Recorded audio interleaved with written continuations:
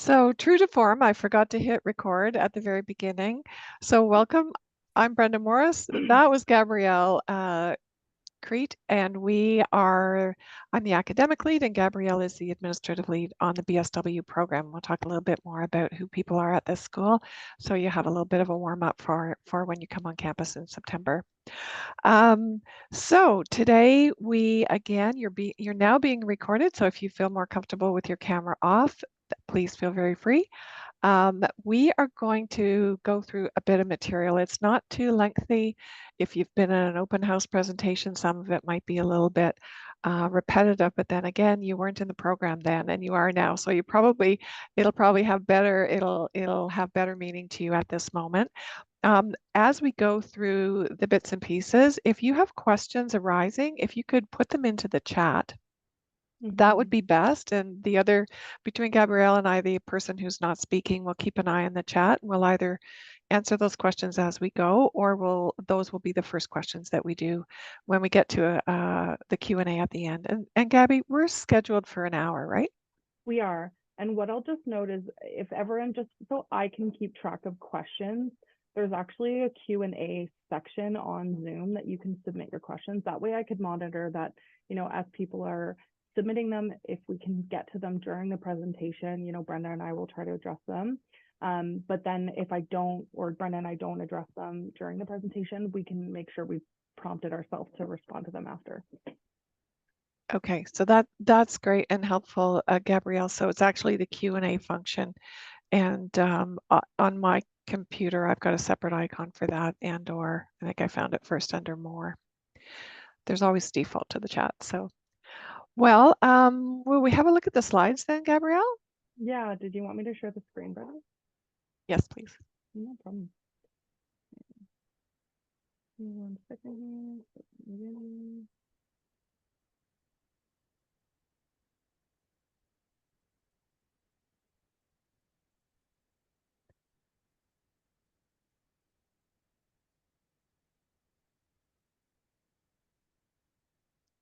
So while Gabrielle's setting up those slides, well, there we go. I said to her, I have to plug the bookstore for any of you who live in Ottawa right now. So let's just say you're in Ottawa or you're coming to Ottawa sometime soon. And maybe you're interested in some Carlton swag that is being modeled currently by Gabrielle and myself. Our bookstore has the most remarkable sale. They started several weeks ago with a 50% off everything sale. And that sale ended a week ago, and they changed it to a 75% off sale of everything. And there is everything: mugs, t-shirts, clocks, umbrellas, you name it. So if you happen to be thinking that by September you might not, um, you know, mind having or owning something, someone's going shopping tomorrow. It's really unbelievable. So I personally have bought way too much. So enjoy the sales at the bookstore if you can. Okay, so here we are. Welcome session. When does the sale end? Good question. Have no idea. That's the trick with sales, but it's been ongoing so far for several weeks. So hopefully not momentarily. It's certainly there this week for sure. And I won't be surprised if it's there next week. It's only in person, unfortunately. It doesn't seem to apply to the online shop. Okay, so let's have a look at the next, whoops, at the next slide. So what we're gonna do is, there we go. Okay, the next one, yeah. We're going to overview the program a little bit. We'll put the questions in the Q&A, actually, not the chat, and then we'll have lots of time for questions at the end. Okay, next.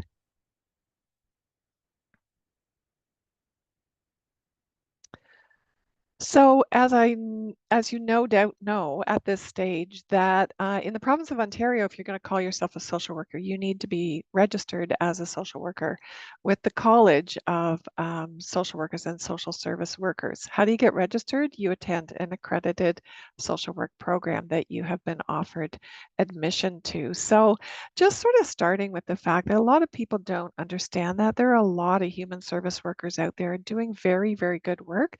But social work education is quite scaffolded, by by very specific standards that mean that college will recognize your degree at the end and you will become eligible for registration in the province. There is currently a move occurring in the province. By the time you would come through a 4-year program, you are likely to be asked to write an admissions um, exam to join the college, but you have to have a degree from an accredited program. So if you want to be a social worker in Ontario, you're definitely on the right track. Anna Chayette is a social work educator from the States, and somewhere along the line, probably in your first year, you will see her video, which you have the link for here, about social workers as superheroes.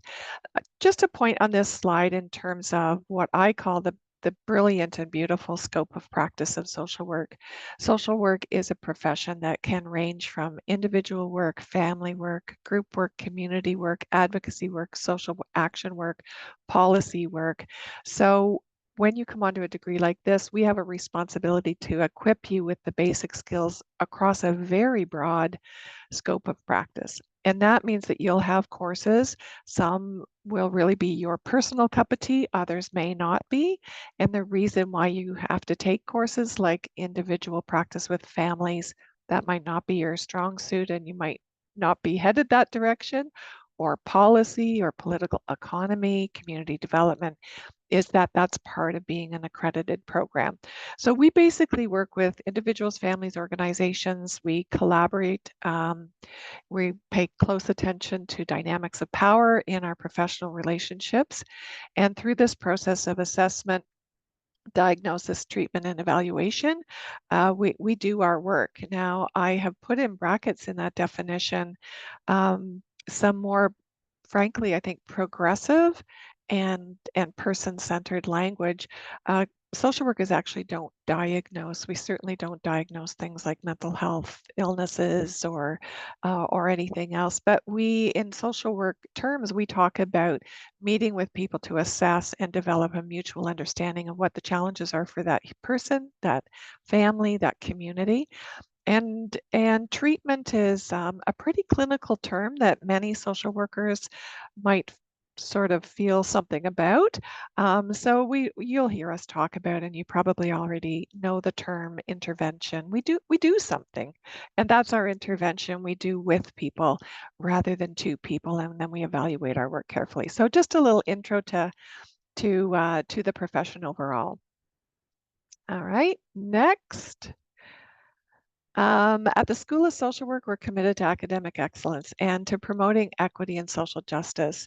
Um, a deep commitment to equity and social justice, professional accountability is woven into both the discipline of social work and the profession of social work. And from our mission statement, you will be engaged in academic knowledge building, practical professional skill building.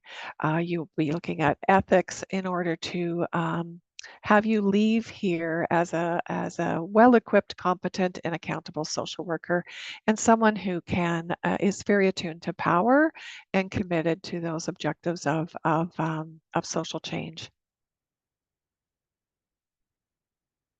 So the legacy of our program at the School of Social Work is the structural approach. And what is the structural approach to social work practice?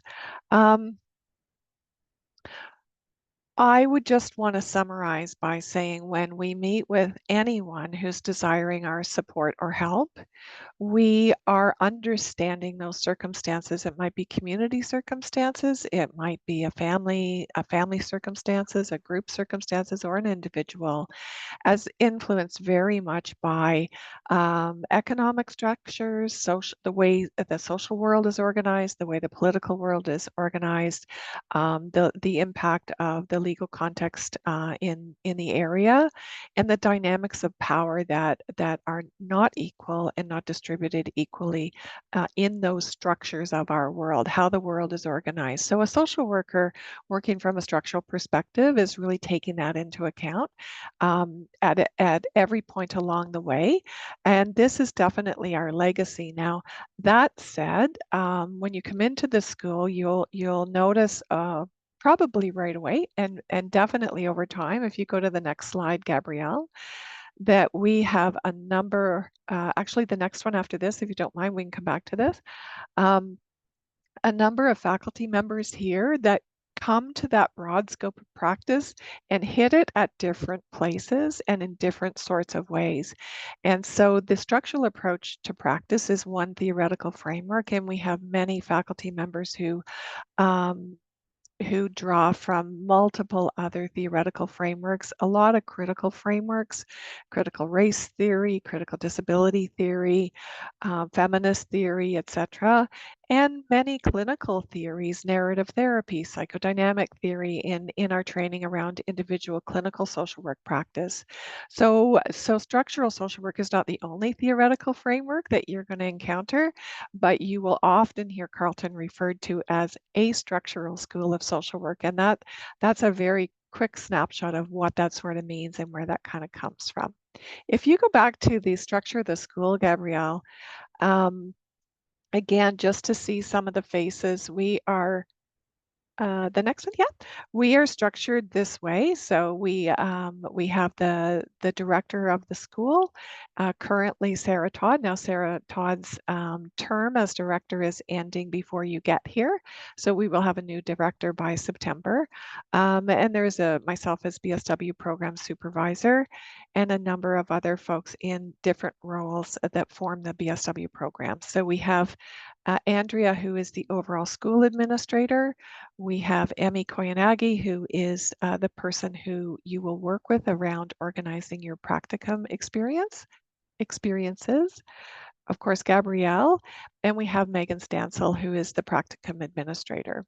So some of us sort of more, academically, our scope is academic and others administrative, and the director and the school administrator sort of at the top of that with oversight for all of us. Okay, now let's flash forward to, yeah, just the areas of research and clinical and practical expertise. This is just a standard word cloud, and you'll see again that there's a real range. I really encourage you and invite you when you're on the program to, maybe further those conversations with your professors around their research, their areas of interest, what sort of switches them on. And I think you'll find there's something for everyone. It's good to know, and you may also discover with time some opportunities to participate in the research of faculty members. And all of that happens very, very informally, but it's not unheard of that students towards the end of the program, might be asked to support the research of their professors in a paid and sometimes unpaid, but mostly paid RA kind of role. So the program overall, again, congratulations on your offer of acceptance. The first year of this program, we aim to admit 40 people, and we have hundreds and hundreds of applications to sift through. So congratulations.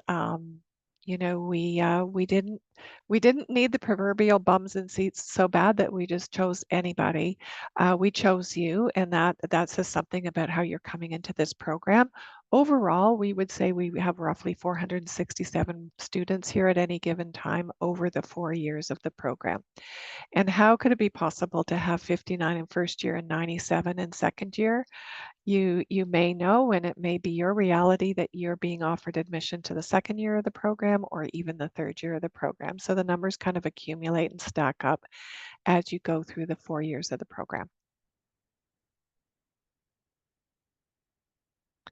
So we would generally say that the curriculum is divided into the foundation years and the advanced years. That's just a way of talking about how the program sort of builds, and to give you a sense of, I think in particular, the big distinction in third and fourth year is that is when you will do your practicums. So those are your field placements, and they occur in third year and in fourth year. If you're coming into the first year of the program, you have a couple of foundation years to do, involving introductory courses that are going to tell you so much more about the profession, the history of the profession, the way, give you some foundational knowledge around the structure of our world, the social welfare system, the legislative systems that all have a huge relevance to the lives of the people that we support. You will do courses like structural analysis, political economy. You have a whole course space in second year to look at values and ethics and the complexities of working with human beings and making good judgments that that will be ultimately in service of people's well-being. You'll do your introduction to social work practice courses, individuals and families, and groups and communities. And those are required courses. Plus, you've got ample room, as you're about to see when I turn over to Gabrielle, for electives. By the advanced year, you're doing advanced practice courses, again, individuals, families, groups, or communities. You do your research courses, social policy and admin, social work with Indigenous people, and you do population-focused courses in the School of Social Work. These courses aren't open. Generally speaking, there are a couple of small exceptions that relate to other programs here at Carleton, but generally these courses are not open to anyone who's not a social work student per se, that is like yourselves, having been admitted to this specific BSW program. And there are 2 practicums. At the bottom, a couple of good links for you, including one where the typical, there's no such thing as typical, but the typical ways that people accomplish the program requirements. So the first link shows you the calendar, which is the university's catalog really, or outline of what you need to do to get the degree. And how you would typically do that is mapped out for you at that second link. Again, Gabrielle's going to be going over that material. Okay. Our program, the practicum. So this word practicum might ring a little bit awkward, but we use the word practicum when we're referring to all the components of your field education experience. And it also flags for you and for everyone that this is a core part of the social work curriculum. When you think of it, when you come here, if you're coming into a full course load, if you're going to be a full-time student, there's no such thing as typical, but the typical course load would be 5 courses in September. Each course is worth 0.5. Your practicum is worth 2.0 credits. And that means it's basically worth the same as 4 courses. So it's a real chunk, and you have to do 2 of them. So that's 4 credits of your overall program, the equivalent of 8 courses. You will be supervised, you will have field seminars, you will have assignments to do while you're in field education, and you will be evaluated using very careful sort of competency grids specifically for social work practice in your setting. So all of that together we call the practicum, and those placements have course codes. It's not the same as a co-op placement. It is a work integrated learning experience. It's a practice experience. You'll be in most, but not all practicums. You'll be reporting to a place of work as a practicum student. You'll be supervised by a social worker. You won't be paid, and you will be evaluated as part of your program. And that makes it quite different than a co-op placement that's a supplement to a degree program that some degree programs offer. So there's just a list. I mean, maybe you're browsing as I'm talking of some of the organizations that we have worked with. We work with a range of organizations. We have many very well-established placement partners, and placement scarcity in social work is a real factor. So we do our very best within the placement process to hear from you about your areas of interest. And we cannot and do not guarantee that you're going to get a placement in your setting of your dreams, because we don't have control over whether or not practicums are available ultimately in the community. But we do pay a lot of attention in this school to the matching process, and we support you to connect. And we'll get you there. We owe you a learning experience in practicum where you can meet the learning objectives And so far we've done that, but you can kind of see that broad range of practice in that list. Here in Ottawa, we've placed students in the constituency office of members of parliament where they're doing constituency-based casework, working with community members who are having difficulty with federal services. We have people working literally in the Senate of Canada with a Canadian senator who regularly sponsors practicums with our students. Community-based mental health, Canada Without Poverty, an advocacy organization. This is a very short list, just to give you a bit of a smattering of what that looks like. Yeah, Brenda, we just had a question in regards to this piece just about placement, so I figured I'd bring it up here. Someone asked if BSW students had any placements in medical work, such as the Royal or Mental Health Center.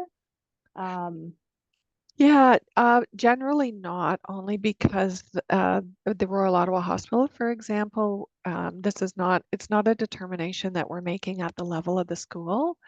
It's the hospitals themselves that tell us who they wish to support, and because of who they employ, which is MSWs only, they will work only with Master of Social Work students, for example, at the Royal. The same is true of the other hospitals in Ottawa. But what can happen and does happen in a BSW program, if you have that kind of interest, or maybe that's your dream to work in a hospital, that you're going to work with the practicum coordinator to find a setting that will allow you to build foundational, relevant, and related skills and knowledge to position you well should you go on to a master's degree, that you can say, I'd like a practicum at the Ottawa Hospital, for example, and that your other practicums have sort of, in as much as is possible, have sort of positioned you to be successful within that request. Hospital practicums are always really, really high interest. They they really don't happen at a BSW level. There have been some exceptions at the Children's Hospital where people have significant medical experience.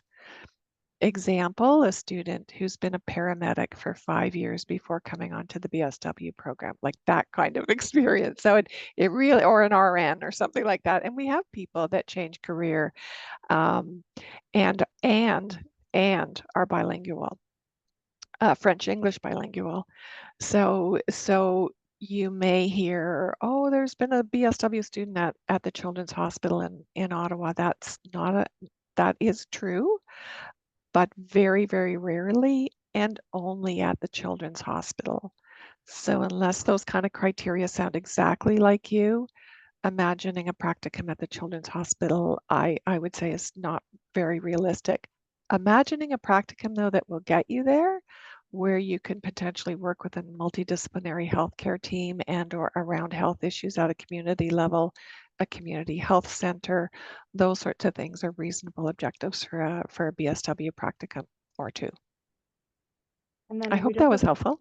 yeah, I think that hopefully answered the question. What we could do too is if you guys have additional questions on those pieces at the end, we'll have a Q&A section. But we have two more practicum questions. I wonder if you could speak on this briefly, Brenda. Sure. There's a question about the possibilities for a paid placement. Mhm. And then the other question is, will the practicums be similar to a placement that someone would have done at the SSW program at Algonquin? And what's the difference between those placements and potentially a placement here at BSW? Great questions, really good questions. Happy to have an opportunity to go over those. Let me start with the SSW practicums. People who have done practicums as part of an SSW program, social service worker at a community college level, may wish to apply if it has not been granted automatically through the admissions process. May wish to apply for a practicum waiver for the third year practicum. All right, so you could apply to have that requirement waived. That is, you won't have to do a third year practicum if you are approved for a waiver. What you will have to do, though, is you are given a 1.0 credit to recognize your previous practicums or work experience, and you have to do 2 additional elective courses of your choosing to equal the other 1.0 credit. So practicum waivers, you apply for them if you're not automatically granted them upon admission. You can apply for them based on your practicums in other programs. And you can also apply for them based on your previous work experience. Let's say you have 5 years of work experience inside a community health center in another community where there was social work supervision. Well, you can look up the criteria for a waiver and make an application, and the practicum coordinator will make a decision. The program will make a decision overall on whether or not you're approved for a practicum waiver. Does that sound about right, Gabrielle? Because you're also involved in practicum waivers. Yeah, so I don't work directly on those pieces of placement with like reviewing the waivers. That would be normally our practicum coordinator, but just in my general knowledge of placement, so students, there is eligibility criteria with that. When it comes to the waiver itself, there's a minimum of 4,500 hours of human service work experience and only a maximum of 500 hours. Within that would include unpaid or volunteer work. And so that would technically apply in regards to practicum components undertaken in previous education. That's helpful. Mhm. So it's quite a significant chunk of work experience that you would need to be putting on the table. And again, if that sounds like that might apply to you, please follow up either with Gabrielle and or the practicum coordinator. Don't hesitate to reach out to Emmy Koyanagi with your inquiries about how to apply and where to find those criteria. Are the criteria on the website, Gabrielle? Yeah, the eligibility criteria is on our practicum hub of the website. Nice. You can see that under the practicum courses and the waivers listed there. Yeah. As for the paid practicums, they're so generally speaking and historically, social work practicums are not paid. Where people may have opportunity to participate in a paid practicum, they can bring that forward for discussion with the practicum coordinator. There might be, so for 6 years, I was the MSW practicum coordinator, and I would say in 6 years, at a master's level, I probably placed about 6 people overall in paid practicums. So it's rare. We have some processes here where we can at least look at it with you to see whether or not you can do the thing that you'd like to do and get paid, and also meet pretty strict criteria from our accrediting body around how social work practicums need to be set up. We have no interest in standing between you and a paid practicum experience, but we all have to answer to the taskmaster, which are the accreditors. And so we are happy to have those conversations with you. There's an application process. If you have located a paid opportunity that you think could be a practicum, the sooner you talk to the practicum coordinator about that, the better. It would be, my mother used to say it was rare as hen's teeth. I don't know what that means, but my mother said, rare as hen's teeth.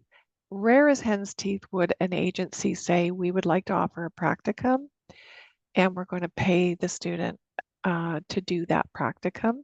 Our accreditors see that as a conflict of interest, but we have ways of setting that up in those rare cases, and we have done it periodically. So it is quite rare, and if you have an opportunity in your head that you think could work, the sooner you talk to your practicum coordinator about that, the better. So you understand how the work will be on you to write it up as a proposal and to give it to the practicum department well in advance, so that they can look at how it is scaffolded to see if it meets those criteria. Perfect, Brenda. And then just the maybe individual looking for clarification about the format between the practicums at a BSW versus SSW. Like what differentiates maybe the level or the experiences Sure, between those? absolutely. I think if we go to the next slide, that might help. Yeah, so this is just to say, you'll hear this term signature pedagogy, and it speaks to the uniqueness of field education inside of this professional program. But at the bottom, you see, again, the accreditation standards, which set the number of hours that you need to be in each field placement. as well as the seminars that go alongside of those. So each practicum is 352 hours, and we do note when people come in from other programs that practicums in social work programs in other places or at other levels of education will have maybe similar appearing practicums that have fewer or more hours. So in social work education in a BSW program, you have to have 704 hours in order to meet those accreditation standards. In terms of what happens between an SSW diploma and a bachelor social work degree, I would distill that down to each individual is building their practice competencies relative to an established evaluation framework for practice development.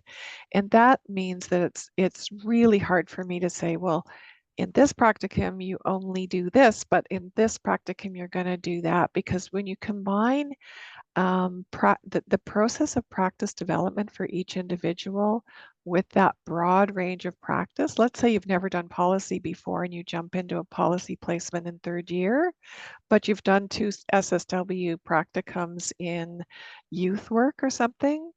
You're actually going to be sort of down here relative to your policy practice development, despite the fact that you've had 2 previous practicums.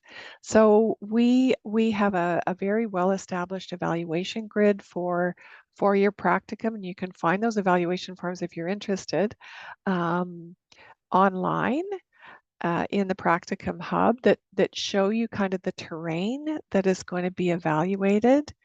And what you may or may not see, and you probably see the template, is the individual learning contract that you craft.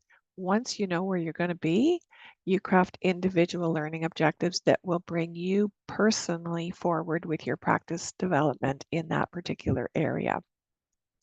So, I would just say that, we have many students who come to a BSW from an SSW diploma and many who continue on to an MSW level and would speak about how their practice development just built relative to themselves and relative to an objective set of evaluation criteria. So other than that, it's really hard to speak to the essential differences. If you have an interest though, the college, the Ontario College of Social Workers and Social Service Workers does have a scope of practice documents for social service workers and registered social workers. When you register, you will be a registered social worker with a BSW degree. So you can sort of compare and contrast a little bit how they try to sort of, for everyone, it's a hard task, articulate kind of the difference in terms of the supported scope of practice of a SSW versus a BSW person and then an MSW person. I hope that helps.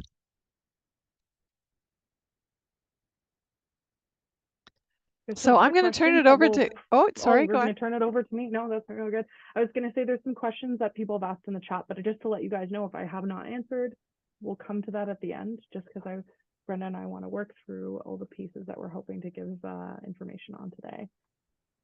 Did you want me to jump into the registration and course sequencing pieces, Brenda? Yes. Yes. The second question from not a prospective, a future student named Ray. I'm going to let you answer that one. But if I could just respond to Hero, who I also saw your hand. Sorry, I missed it when it was up. Yeah. What if a student's completed both placement seminars and continued to work through the summer with a paid contract through the placement job? So anything that is work experience is really only relevant to your BSW. It's very relevant to you and very relevant to your future, but it's only relevant to the program as possible hours toward a practicum waiver.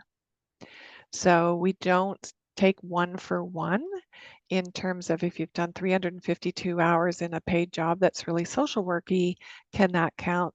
That's not how practicum waivers work. Practicum waiver is a minimum of 4,500 hours Only some of those hours can be volunteer. A very small percentage can be volunteer. There needs to be specifically RSW, registered social work supervision to that work. So if you've done previous placements and placement seminars in an SSW program, you're better positioned to apply for a practicum waiver coming in. If you've done paid social worky kind of work, look at those criteria for practicum waivers and take your shot. And we'll be very clear with you about whether or not your experience. And by no means it's not about judging your supervisors, it's not about judging your work, it's not about judging you. It's always about meeting those accreditation standards, because we want to make sure there's no comebacks on your degree, that we need to be able to stand by every degree that we grant relative to those standards. So that's what that application process is about. Okay, I hope that did the trick. Yeah, feel free to follow up by email with myself or Gabrielle or our practicum coordinator, Amy, directly if you have more detailed personal questions to ask about that. Okay, Gabrielle, over to you for registration. Yeah, of course. So most of you guys, if you've not received this email, then please reach out to me. But I sent out communications last week or the week prior for people specified on their year of entry into the program. So looking at people's names, I recognize some of them as we, may have met at the open houses or while I kind of supported the school with the application process and review of your applications. But I can't indicate how many of you are first in year coming, second, or third.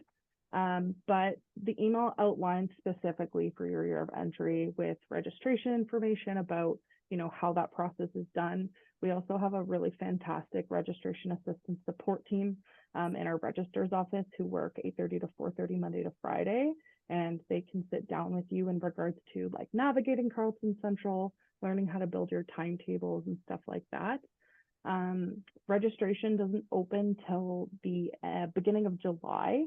Students will receive something referred to as a time ticket. So unfortunately, the system itself can't handle 30,000 students registering at once.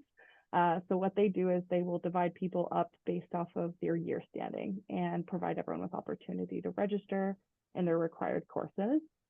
You can see what date and time your registration opens for you on Carleton Central under the Getting Started section as of June 17th. And then a really important note that I would really stress to everyone is registration opens for both the fall and winter term at the same time. In the email that I sent out, I gave advice about building draft worksheets. So that's basically, it's like a draft timetable that you can set up. And the benefit of using that tool is that once your registration opens, if you've saved a worksheet, you can just submit that automatically. And it'll indicate what courses you register in or what you might restrict from. There's also a lot of registration steps and how-to videos on the registrar's office website. But the next piece I'm going to go into briefly is I'm just going to do an overview of course sequencing that's standard depending on someone's year of entry. I'm not going to go too deep into it. This is all information that's accessible on our website under registration, course sequencing, and course load. And then if you guys have questions, always welcome to reach out to me by email. As I get a high volume of emails right now, I'm working through that, so I will get back to you as soon as I can.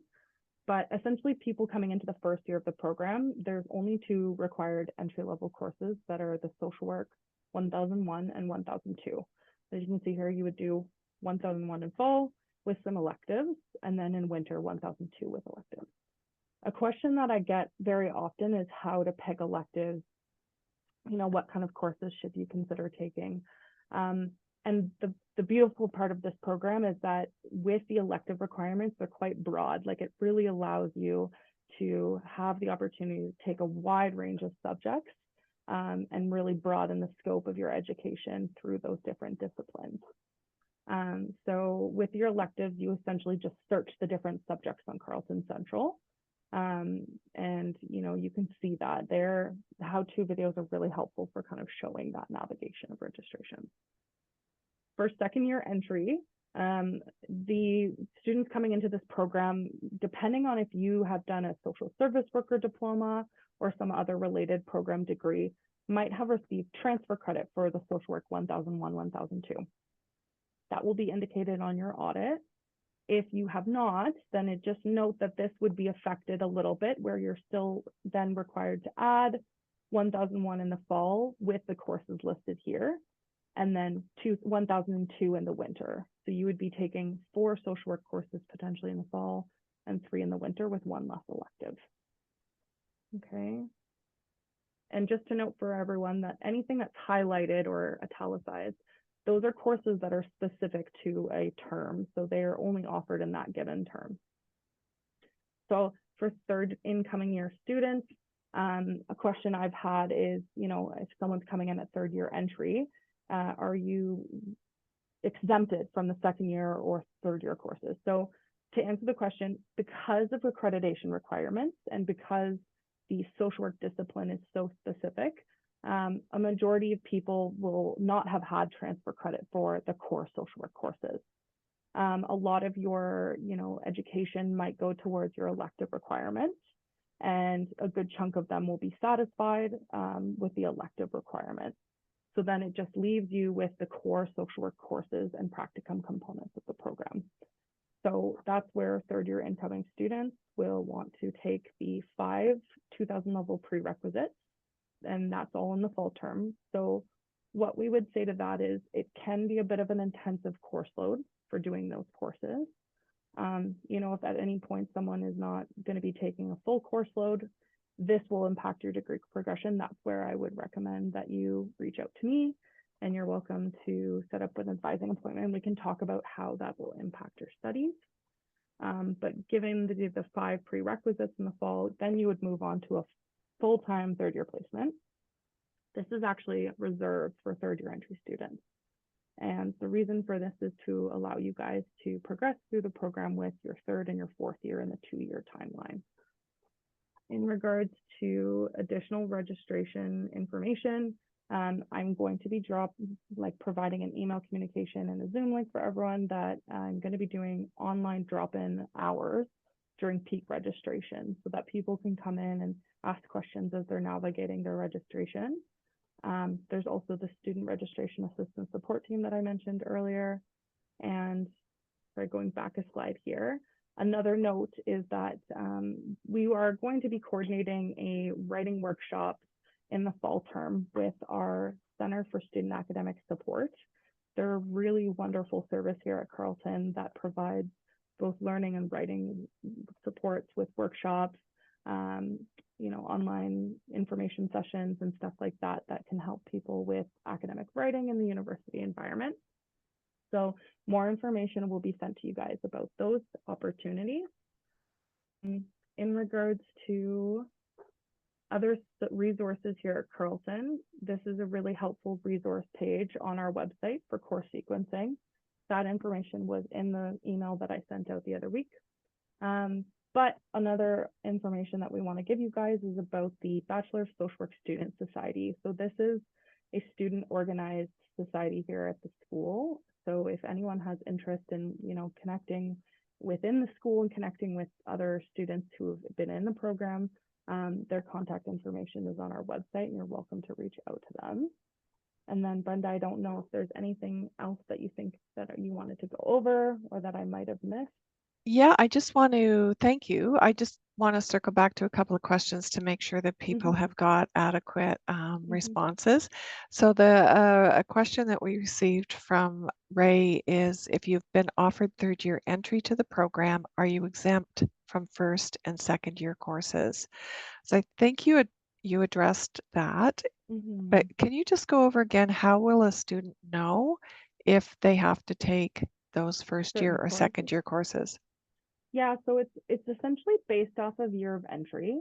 So students who, you indicated, Ray, that you're coming in third year entry of the program, the first year core courses are waived for third year entry due to the courses they would have previously completed in their degree, and also in addition to allow them for that 2-year course sequencing I talked about. For the second year courses, those are not waived. And the reason for that, I kind of spoke on briefly, and maybe Brenda can speak on it more, is they are courses that are part of the accreditation of the program that provide you with essential knowledge and skills in working with individuals, values and ethics, to help you in your field placements. They're prerequisites for those components to move on to your upper year courses, your advanced courses, and to move into the field placements of the program. Great. And hopefully, oh, great. That seems to Does that have answer your done the question? Okay. trick. Yeah. Another question, you can still register for your courses ahead of time and create your worksheets, right? So can you talk about the process of creating worksheets, Gabby? Yeah, so essentially creating a worksheet is like a draft timetable. So it's under the same section that you would build. And I'm wondering if maybe I'm gonna maybe stop sharing my screen and quickly just kind of show people what that would look like in the Carleton Central system. But for navigating Carleton Central, the how-to videos, always strongly recommend that, because that will give you, a video showing you step by step of how to build draft worksheets, how to register in your courses. To answer the question of, can you register ahead of the time tickets? No, you can't register ahead of them, but that's where the worksheets are like draft timetables of what your fall and your winter term will look like. And you would save those to then submit and proceed to register once your time ticket opens. I hope that helps to kind of answer that question. But essentially, I've pulled up here Carleton Central just to show you guys here. So this is the Carleton Central system that you guys will be using to register for your courses.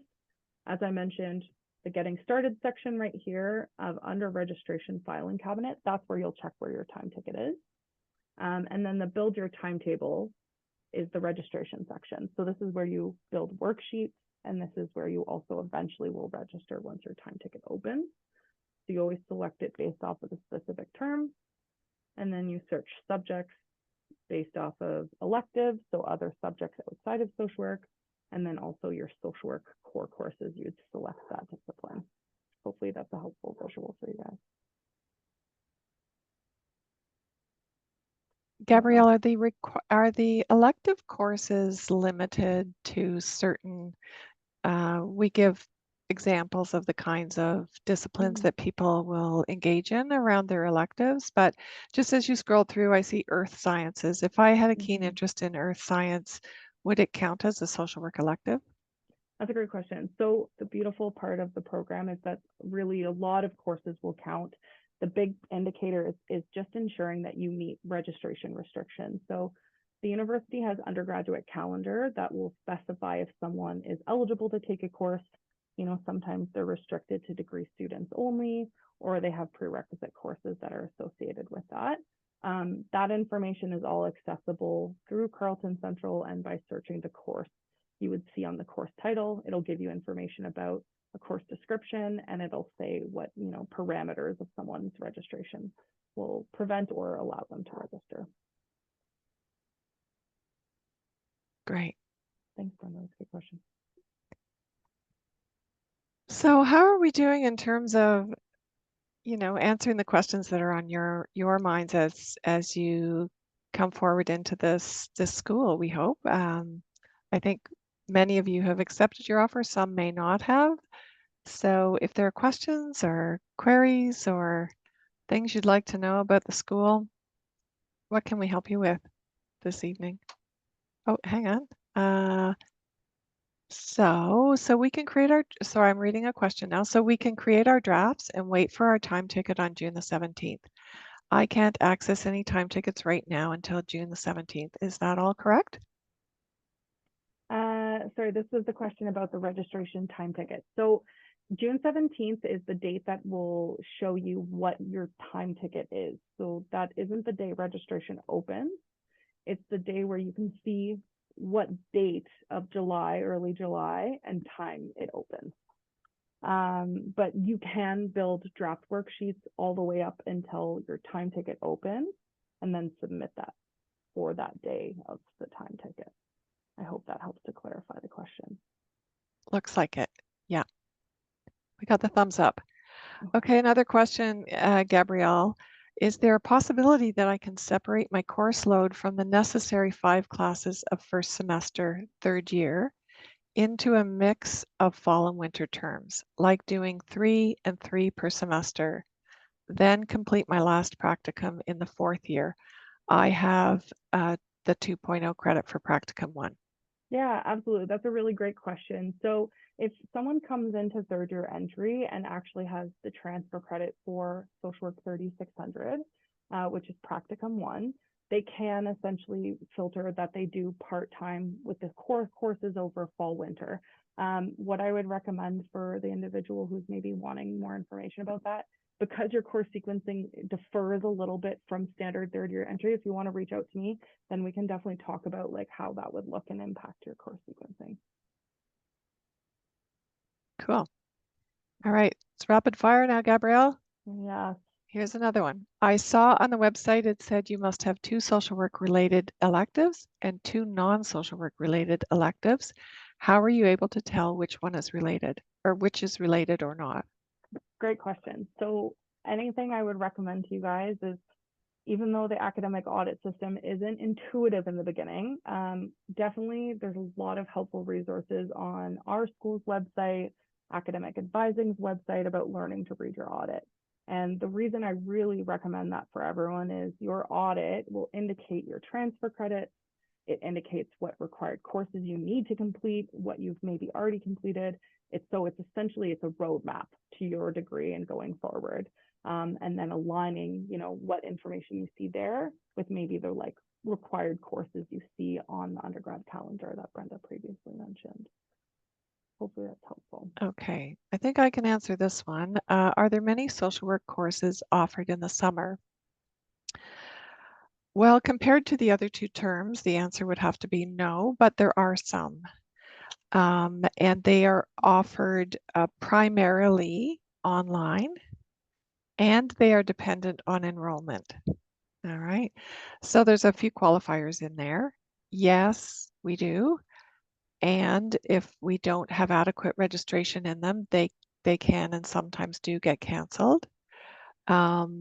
And we try to make available in summer the courses that people are most likely to need to sort of make up in order to progress in their programs. For example, we try, and please don't quote me on this, because by the time we get to next summer, the course planning can and may look a little different.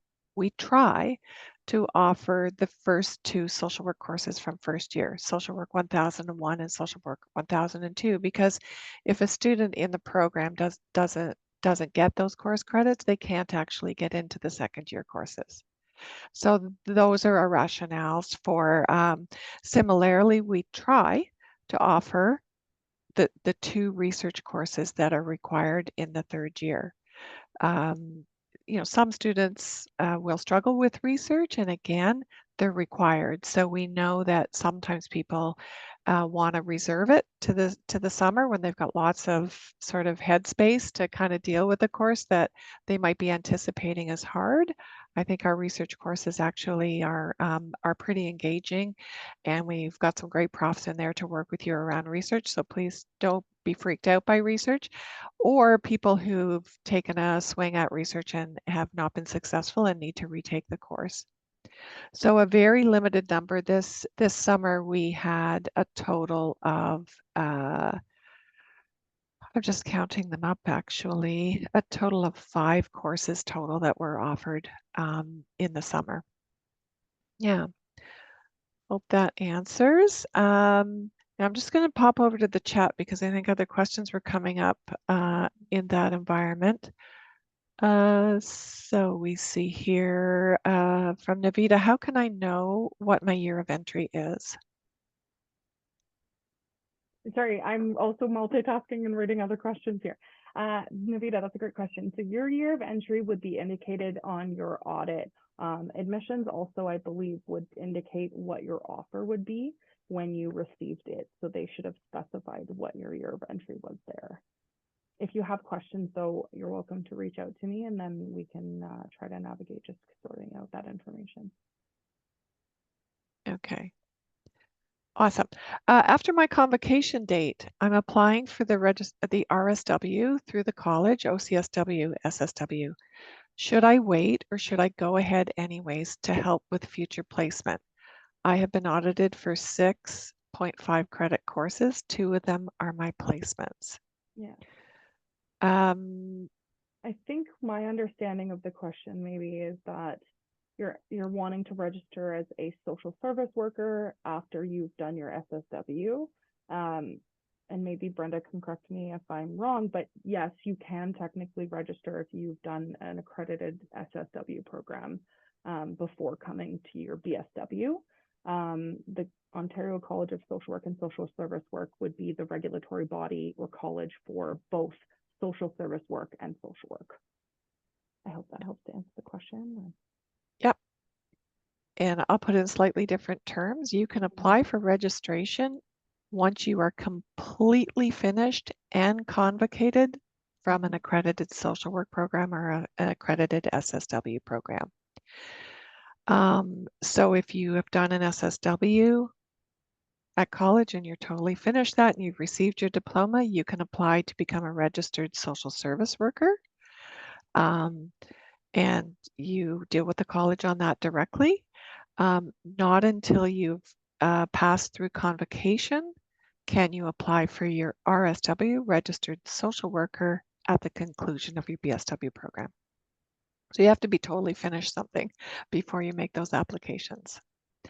Okay, another question. I'm entering the BSW program in third year. I noticed that the 2 first-year courses, 1001 and 1002, are prerequisites for the upper year courses. Would it be possible to take any of the required second-year courses in my first semester, even if I don't have Social Work 1002 course until the second semester? Mm-hmm. That's a great question. So, like I mentioned, with the third year entry, that's a very specific course sequence because a lot of third year entry students are coming in with a previous university degree. That circumstance, they are waived having to do 1001, 1002, and proceed on to the upper year, second, third, and fourth year core requirements of the program. So the system recognizes your year of entry, and you would not need to have a restriction from registering in second year courses or have to take those courses before the 2000 level core ones. Thanks, Gabrielle. Mm-hmm.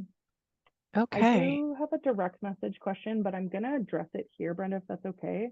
Yeah. Just because it's a good question that I think people will all maybe it'll apply to. So someone asked about trying to register for a specific course. So they specified Anthropology 1001 as an elective, and they're getting a message about an attached discussion group for the course.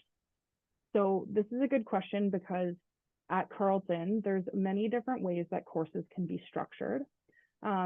Generically, courses are one lecture that'll maybe be 3 hours long on one day, or potentially split over 2 days, an hour and a half each. In some cases, departments will structure a course to have something called a discussion or a tutorial group associated with it. So essentially, that's an environment where you'd be able to go after the lecture and engage in conversation and work on coursework with a TA or the professor. So you have to register in both a discussion and the lecture that associate with the section itself. So for example, Anthropology 1001, Section A, you would want to register for a Section A discussion group with that. I hope that answers that question. Yeah, I would just add, for every course, you'll be provided with a course outline on the Brightspace learning management system prior to the beginning of term, just prior to the beginning of term. And although they are sort of mind-numbing documents in many cases, they really represent the deal. Like, here's the deal. To get these course credits, this is what's going to happen, and this is what you need to do. So required assessments or assignments or participations, potentially like a discussion group, will be listed inside your course outline. So if and most course outlines in the school, the vast majority will say you have to do all these assignments, you have to complete them in order to get the credit for this course. So you can't look and say, well, that one's only worth 10%. I'm not really going to do it because I don't have time right now. If in your course outline it's stated that you have to do everything, regardless of your grade in it. You could just do it and get 2% if you really needed to. But if you don't do it at all, if your course outline says you have to do everything, you won't be able to get the course credit. So even though they're kind of thick documents, really want you to understand them as kind of the contract. Like, here's the deal. This is how you get these credits, and really well worthwhile going through. There'll be some standard parts that you'll see in all course outlines, but check to see how the instructor has laid out what you need to do to get that course credit and what you need to participate in. And that way you won't get to the end of the term and have a surprise or just be in a spot around that.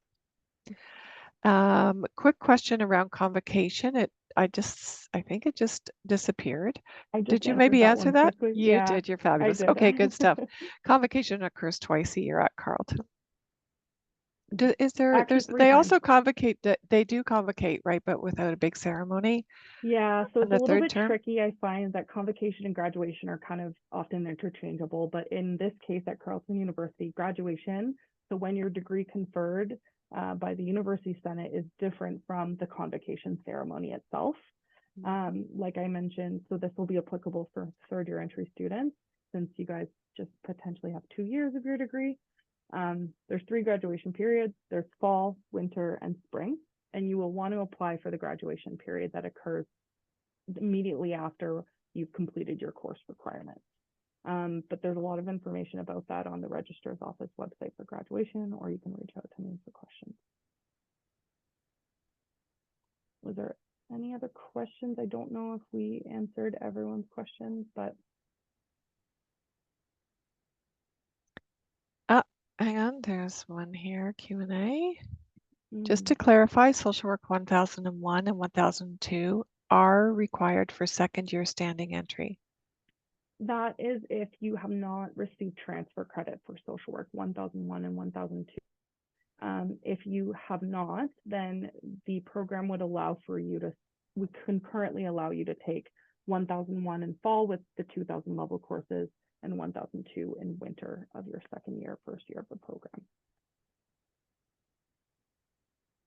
If you have any questions about that too as well, refer to your audit or reach out to me, and then we can discuss that together. Okay. Awesome. Good stuff. Okay. So, yeah, there's a lot of kind of nuts and bolts stuff, and then there's a lot of people and there's a lot of experiences that are awaiting you here at the school. So I sort of want to zoom out, unless there are other specific questions, to say, yep, you got to get the courses done. Yep, you got to get a proper audit by the end to get that degree, and we will support you around ensuring that you're aware and informed, and that you do that in a way that makes sense to you. There's also a learning community here, and we really look forward to welcoming you to that learning community. There are events in the school.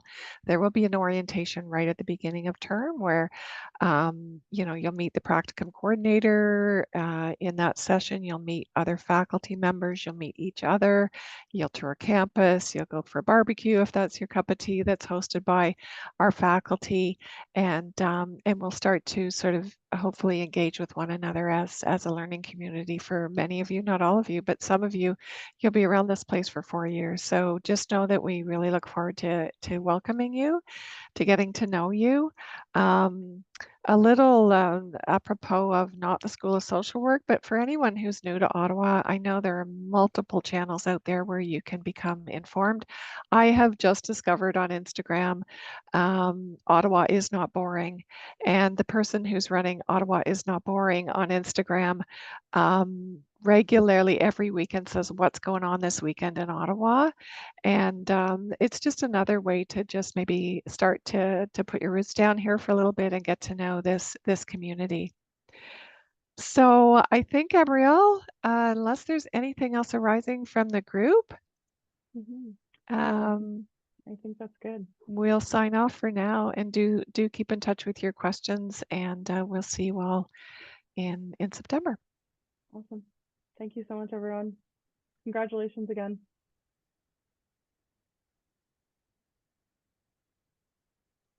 Thank you so much.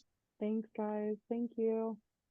Pleasure. Yeah, and if everyone leaves, if you guys have any questions, please reach out to us. Don't hesitate to contact us.